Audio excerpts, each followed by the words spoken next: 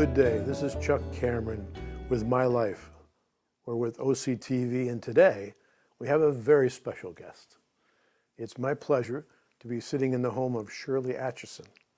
Shirley's been in town for several years now, and we have the privilege of interviewing her for My Life and finding out a lot about Shirley, and I think a lot about the town of Oxford.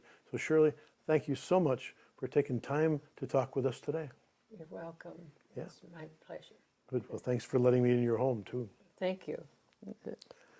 As I mentioned to you, when we talk the My Life program, we like to find out how people got to being the person they are today.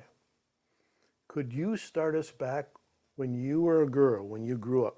Did you grow up around Oxford? Could you tell us a little bit about your home and what you remember about being a little girl? I know you have some good stories.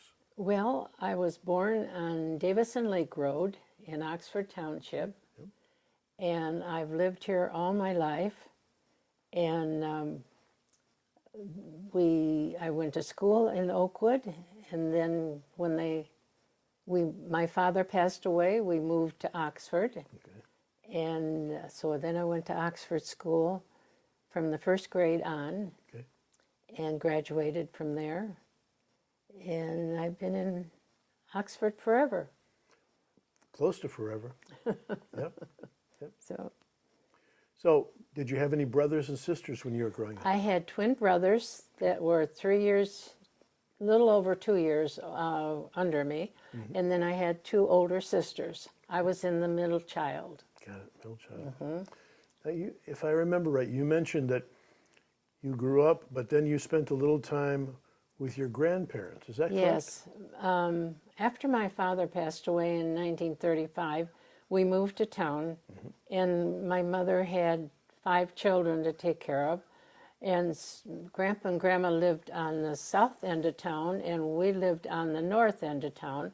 And so my mother decided that she would loan me out to Grandpa and Grandma. And I spent my time there until I was 13. Got it. But my grandmother passed away on a day after my 12th birthday. Ooh.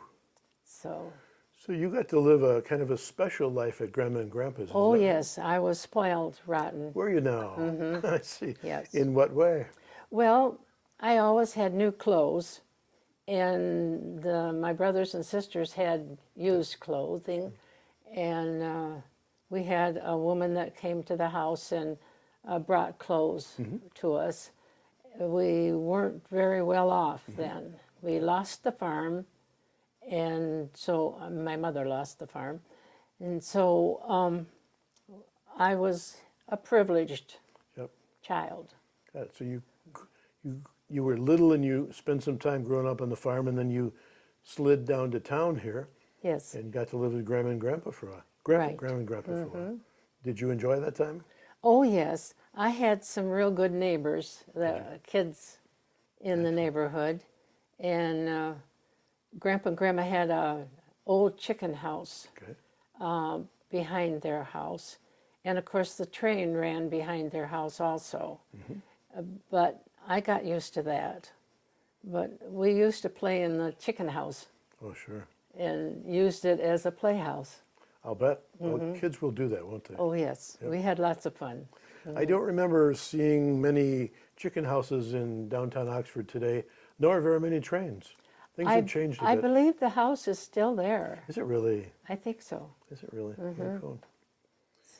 So You were enjoying life at Grandma and Grandpa's, and your brothers and sisters were still out with Mom on the farm for a while. no, they were just north of Oxford, just north of the high school. Got it. Okay. Now, what was school like? You went to school right in town here. Yes, I went to Daniel Oxford School. Okay. I walked from Washington Street to the school, and a lot of friends, we'd gather together in the morning and walk to school, and then at night we'd walk back. And so I had lots of friends that way. Now you said Daniel Oxford School. I don't know much about town since I've only been here 18 years, so I'm a new kid. Is Daniel Oxford, was he a local fellow? Daniel Axford. Axford, sorry. Axford. Yeah. he was the son of the man that owned the property where the school was Got it. built, and he died of an accident of a young child. And so when they built the school, they decided to call it Daniel Axford. To honor And the boy. my kids went there, and my grandkids went there, and some of them go out the other schools. But anyway, most of them have gone to Daniel Axford School. Excellent. It's changed quite a bit since then, but What changes do you think would happen between then and now? How has it changed? the town or schools? Just say the school. Well, the school has grown twice as much as bigger than it was. Right. And they don't have the football field there anymore. They've got it up at the new school. Yep. And that's about. Got it. Okay. When you were growing up, were there influential people in your life, either at home or at school or in your neighborhood? My grandpa. Yeah? Tell us about Grandpa. Well, Grandpa had been all over Michigan, and he was a telegrapher Wow. Yeah. up at the Straits and on the Canadian side. And he taught me telegraphy Ah, you at a young age. know Morse code? Yes, Morse code. And I couldn't tell you anything about it now because you have to use it or you lose it. Yes, you do. And then he worked in a lot of gravel pits outside of Oxford. And he decided to start a gravel pit in 1912, I think it was. And it was before that, but anyway, he sold gravel to Detroit Okay. for their streets. I understand that Oxford was a very important place as the streets were built in this area because you have to have gravel for all the streets. Right, right. So, and then he gave that up and he went to different things, but he always taught me something. Every night he would teach me something. So I didn't go to sleep without learning something through the day. Excellent. What did you learn today? That's what he asked. Yeah. What was his name? W.O. Smith, William Smith. Oscar Smith. William Oscar Smith. All right, good. And he was a good influence in your life. Oh, yes, Yep. yes. Sounds like a wonderful time. Well, you remind me, I grew up as a boy next to my grandpa and grandma. Oh, And yes. it's pretty wonderful to have a grandpa in your life that is special. Well, Grandma was just as influential. She taught me how to do tatting and Embroidery? making a rug. Really? Okay. Oh, yes. Sure. Braiding and different things, all women things. Practical things. Yes, Yep. yes. Was she a good cook? She was very good. Yeah, that's good. She could do just about anything, but she passed away at 72. Okay. And as I said, the day after my birthday, she'd passed away. But I'll always remember her. Excellent. What was her name? Helen Agnes Smith. Helen Agnes Smith. Well, that's a good name. Well, we're going to take a break. A couple of minutes, we'll be back. All right. Hopefully you're enjoying a bit of life in early Oxford. Thanks very much, Shirley. We'll see you all in a minute. Hi, I'm Dr. Shelley Flace with today's tip for kids from the American Academy of Pediatrics. Car seats protect your child when you're driving. When your baby outgrows his infant seat, look for a new seat that has high rear-facing weight and height limits so your toddler can ride that way as long as possible. He will be comfortable and safer. Boosters keep older kids safe in the back seat until they're tall enough to use the seatbelts alone. For more on choosing the right car seat, visit healthychildren.org.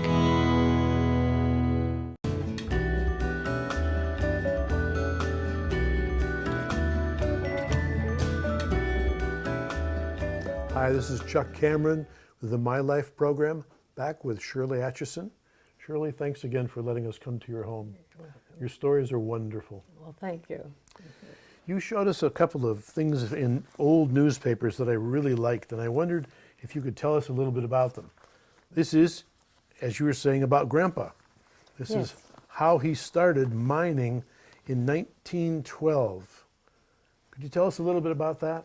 Yes.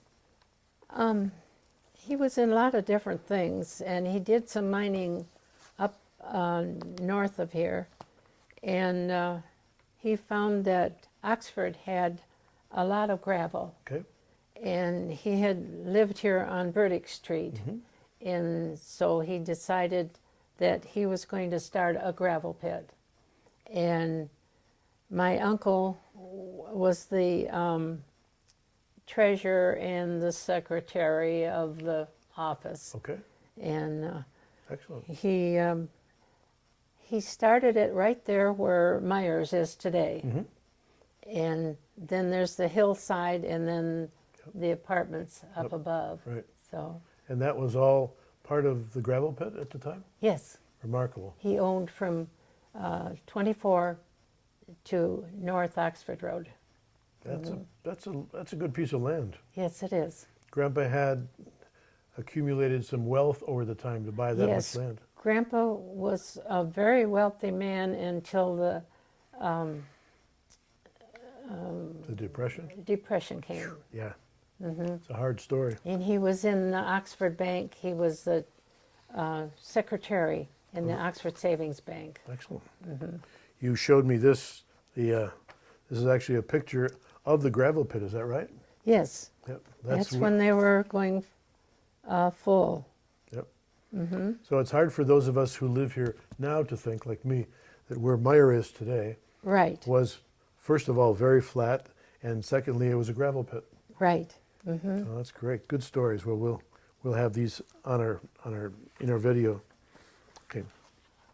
Let's talk a little bit more about after you've grown up. You grew up in town. Did you, as a young woman, have any idea what you wanted to be in life? Did you have a aspiration for a career or anything? Or? When I was 13, I went out side of Oxford, and I was a governess, you might say, Sure. at 13, of 4 children, Wow. 5, 7, 9, and 11. And they were from Bloomfield, no, they were from down north Detroit, and they were very wealthy. And I had to take care of them, their clothes, and keep their bedrooms, their beds made up in the morning. And they had no care in the world. Wow. And so I went there from the time I was 13, 14, 15, and 16. Outstanding. And I got to know them very well. And but then I babysat when I was 11, right here in town. And I really wanted to be a governess. Got it. I figured that would be a good thing to do. Did you enjoy? Sounds like you may have enjoyed being around children. I did. Yeah. Good. And they asked me back every summer. Got it. So, but I didn't drive. Yeah. I didn't drive until after I was married, and then my husband was teaching me on a tractor out in the field, Outstanding. going up the hill, and I pushed in on the clutch, and it started going backwards down the hill. I thought, well, driving is not my thing. So, but then he showed me how on with a car. Got it. How did you and your husband meet? We met in school in the first grade. No, really. Yes, and his mother met my mother in the meat department, a meat store, and said, "My little Marvy just loves your little Shirley," and that was in the first grade. Yes. So, but we went off and on all through school, Got it. And then we decided to get married, and we did. Where did you live when you were married? In town here? No, we lived outside of town, about 7 miles out of town, and we farmed. Okay. He wanted to be a farmer, and so I wanted to be with him, so we were farmers. That's a good reason. But I don't believe very many people traced 50 head of beef cattle through wet fields when they decided to get out. But I did. He would go golfing, and then I see. I would bring in the cattle. I see. Farming is a lot of work. Yes, it is. I used to do the baling, and sometimes I did the raking, but not very often. But I used to go out and bale, and people would put, the kids would put the bales on the wagon, and then we'd go in. I would get lunch ready, Right. and while they were unloading the wagons. Got it. Got it. So I kept busy. It sounds like you kept busy. And I had a big garden, strawberries and raspberries and everything that went with it. Sounds good. And we had a big orchard, and it was my job to do the apples and the peaches, the pears. That sounds a bit like work. It was, but I enjoyed every bit of it. Excellent. Thank I really enjoyed working. you. And then you had some children. Were they part of your family then at the farm or later? Oh, they were all on the farm. The girls didn't do, I had 2 girls, but they didn't do the work like the boys did. Right. The boys did everything. One time Chris was riding on the tractor with his dad, and there was a belt, caught him, and the tractor ran over his leg. Ooh, ow, But ow. he survived. Good. What are your children's names? Kathy was the oldest, but she's passed away in '01. And then Keith, and then Chris, and then Kathy, or Carla. 10, 12 years later, I had Carla, and then Craig. Got it. So you stayed with the K's. Yes. Excellent. Good. Sounds good. I remember something about a jewelry store into town. Tell Oh, me yes. a bit about that. That was my father-in-law. They lived up the street Okay. out on the farm. And that's how we got out on the farm, is because Mother and Dad bought a place out there. And then we stayed in their house.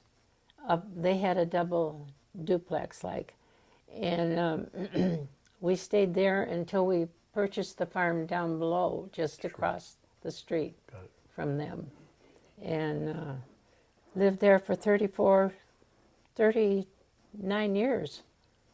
That's a good long time. Yes, You said your father-in-law had the jewelry store in town? yes. Got it. Dad had the jewelry store, and I worked in it when the kids got older. Where was the jewelry store? Again, for us newbies here. Well, he first started it in the old hotel that burned down. And then he went on the east side of the street, and a small one, and then he moved to where the little restaurant is.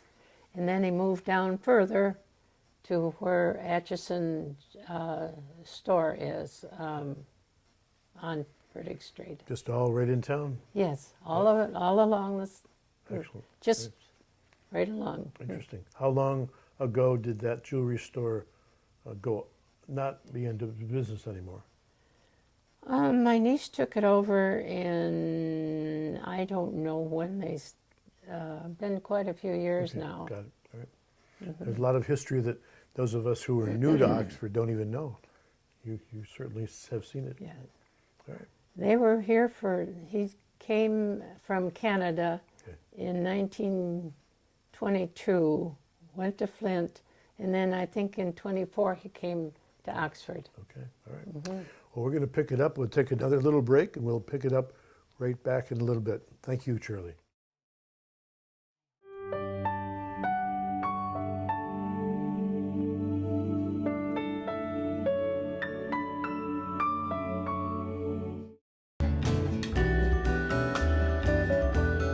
Hi, Chuck Cameron for Oxford TV, back with Shirley Acheson. Shirley, this is a great time I'm having here. Thanks for your stories. Thank you. A bit ago, you were talking about a fire in town, and you showed me a newspaper clipping that talked about quite a blaze in Oxford. I'd heard a little bit about that. Tell us, if you would, a bit about this blaze. What happened? Well, it took 6 businesses, the theater and the fire department and some of the stores north of where the original theater is now. Okay. And it cost quite a bit of hardship on the families that owned the businesses. I bet it did. And we didn't know if we were going to get another theater rebuilt or not, but they did. They did. So were you saying that the fire hall used to be where the movie theater is now, on the corner? No, the movie theater was there, and then next door north of it was the fire department. So then the theater and the fire department and And other all the buildings stores, burned. yes. Did they ever find a cause to the fire? No, they thought it started in the theater, Okay. but they weren't sure. It could have been somebody smoked or something, I'm not sure, but it caused a lot of hardships. It must have been difficult for the fire people who pride themselves in saving people from fires to see their own department Yes, just their being own destroyed. equipment and everything go up in smoke. That would be really hard. Yes. Well, you showed me a picture that says Oxford is hit by a $250,000 blaze in 1966. Yes. $250,000 was a lot of money. Back then it was. Yes, ma'am. Yes. Yes, ma'am. Was anybody killed in the fire? I hope not. No. Okay, No, there wasn't. It was at nighttime. got it. Your son was saying that he was out of town and he could see the blaze in the sky, the yellow Right. blaze in the sky. Yes. That's something. It was a huge, huge fire. Yeah. You showed us another picture that I thought was interesting. Here's Yes, and that was next to it. All these buildings were next to it, the fire department. and this is 2 gas pumps right on the street, an old car and a fellow Right. pumping gas in the street. That was Clyde Troop. Clyde Troop, huh? Now Yeah. tell me about who's Clyde Troop. Clyde Troop, he was, I don't know if he was born here, but he lived here all of his adult life Got it. that I know of. He and my mother were about the same age. Okay. So I'm not sure, but he was an upstanding citizen of Oxford, and he had the store, the gas station, and a repair. Got it. Now, by gas station, that's 2 pumps on the road, right? Right. This is funny. We'll show our viewers a picture, but somehow having 2 pumps right at the edge of the curb to pump gas on is something that I'm not sure we get away with today. No, I don't believe so. There might be some laws against this, but it worked then, right? I went to school with his son, and his son was he had a Minneapolis Moline dealership. Got it. Okay. So he was. So how's the town? I mean, this town we see now has a bunch of old-looking buildings that look nice. How has the town changed in the past since you've been here? What's interesting? What do you miss that isn't here anymore? Well,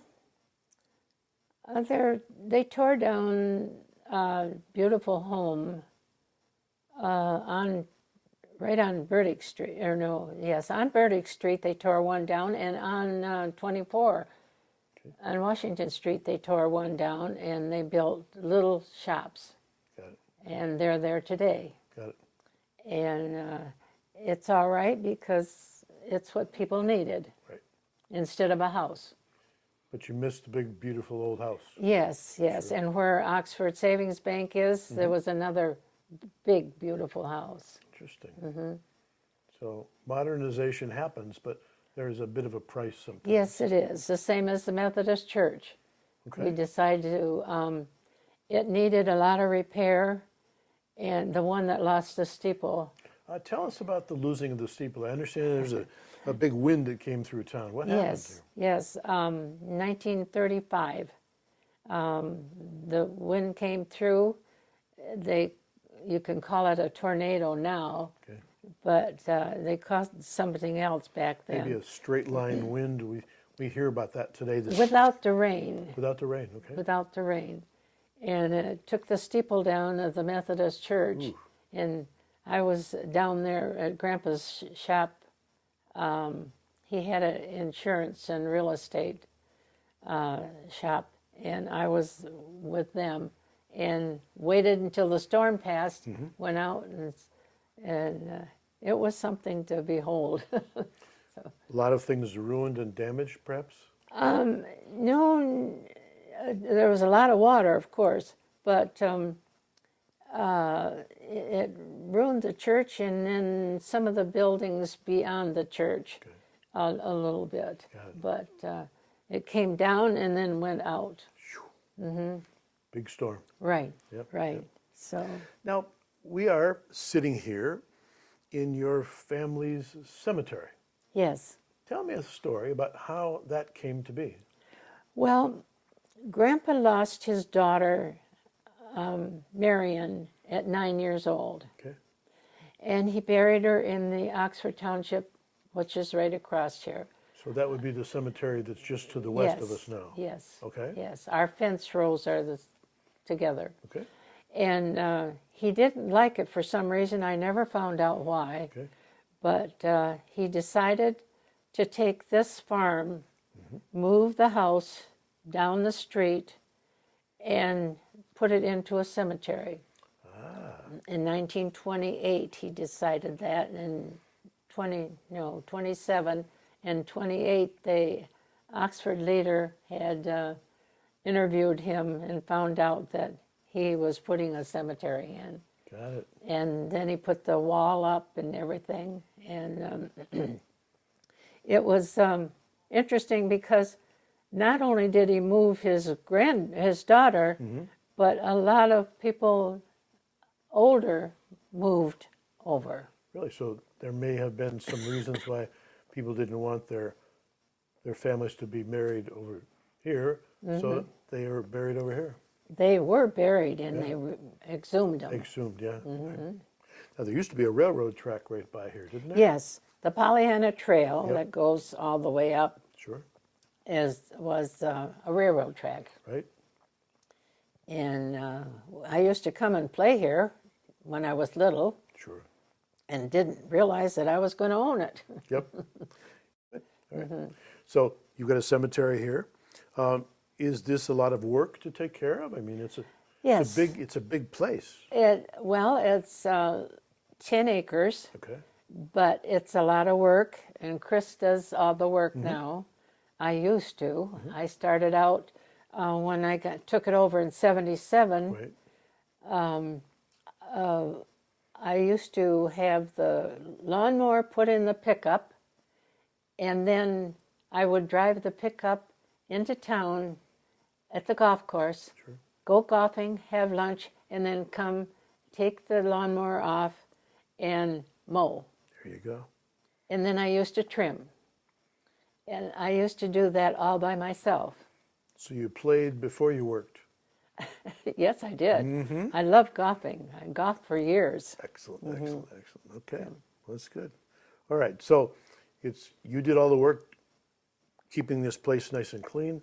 Now, I see a lot of stones out here. Is there room for more, or are you sort of Yes, full? we have about 3,000 more to sell. Okay, got it. Lots. So there's lots. There's more room. So the good news for our viewers is that people can still die and have a nice place to rest. Yes, I believe the Oxford Township is filled, and we still have the Okay, got it.